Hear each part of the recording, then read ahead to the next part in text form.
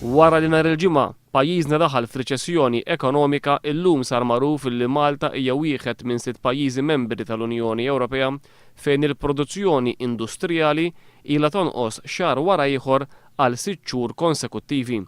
Skont tarifi ppubblikat mill-Eurostat, il-produzzjoni industrijali ta' pajjiżna ilha tonqos minn Novembru illi għadda. F'Novembru naqset b'0.6%, f'Diċembru naqset b'2.8%.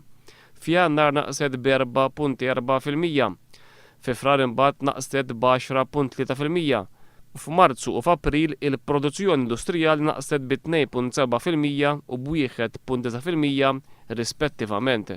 Fl-istess sitwazzjoni ta' Malta huma pajjiżi bħal Greċja, Spanja u l-Portugal, il-kol pajjiżi illi qegħdin ħabtu wiċċhom ma' problemi finanzjarji kbar ħafna. Sa dan it-tant sar magħruf ukoll il-Maltin li sifru f'April fi żmien il-vaganzi tal-għid naqsu b'5%.